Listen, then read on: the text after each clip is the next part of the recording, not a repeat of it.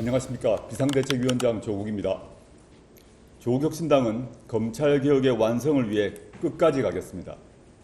어제 이재명 대통령은 국무회의에서 검사들이 죄가 되지도 않는 것을 기소하거나 무죄가 나오면 면책하려고 항소상고해서 국민에게 고통을 준다며 개선책을 주문했습니다. 대통령의 문제의식에 100% 동의합니다.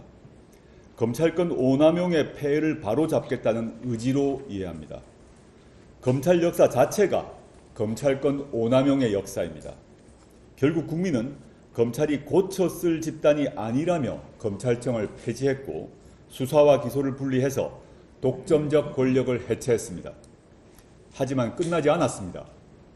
허위 조작 기소에 앞장선 검사들을 심판대에 세우고 억울한 재판에 끌려간 국민들은 짐을 내려놓게 해야 합니다. 잘못된 기소는 취소하고 잘못 기소한 자는 책임져야 합니다. 국회는 하루빨리 이재명 대통령이 강조한 허위 조작 기소와 항소, 상고, 남용에 대한 대책 마련에 돌입해야 합니다.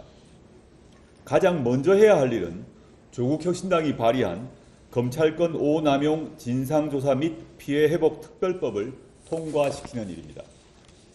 적법 절차 위배와 증언, 증거 조작 등이 총동원된 허위 조작에 의한 기소, 그에 따른 재판은 정당성을 가질 수 없고 너무나 많은 국민들에게 고통을 주고 있습니다. 검찰권 오남용에 대한 공소 취소와 공소 기각 조치가 필요합니다. 조국혁신당이 검찰개혁의 마무리 투수 역할을 맡겠습니다. 검찰개혁의 완성을 위해 끝까지 가겠습니다. 김건희 특검에 파견된 검사 40명 전원이 검찰로 복귀시켜달라라고 나섰습니다. 이것은 특검을 볼모로 내란 청산을 바라는 국민을 겁박한 것입니다. 검찰개혁에 반대하니 특검에서 일하지 않겠다는 조직 이기주의의 분노를 느낍니다. 검사들은 자중하십시오.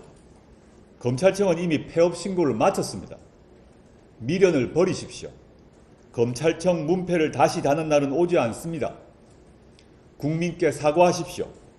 국민의 공복인 공직자가 자기가 일할 곳을 선택하겠다는 것은 용납할 수 없는 일입니다. 법무부 장관은 재차 항명이 일어난다면 주저없이 징계 절차에 착수해야 합니다. 그리고 특검에 있기 싫다는 검사가 있다면 남기지 말고 모두 교체해야 합니다. 부동산 값이 심상치 않습니다. 서울 한강벨트를 중심으로 평균 아파트 값이 처음으로 18억 원을 돌파했습니다. 실수요인 전세 가격이 자극받고 있는 것이 문제입니다. 수도권의 전세 가격은 26개월째 상승 중입니다. 이는 월세를 상승시키고 결국 서민만 높은 삶의 비용을 떠안게 됩니다. 정책은 타이밍입니다. 특히 부동산이 활활 타오르기 전에 불씨를 꺼야 합니다. 타이밍을 놓친다면 경제 안보의 위기 속에 민생 경제의 판이 흔들릴 수 있습니다. 때를 실기하지 않길 바랍니다.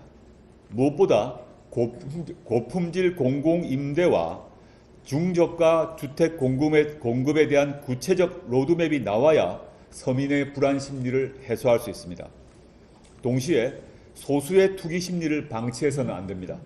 고가의 아파트에 대한 보유세 인상을 미뤄서는 안 됩니다.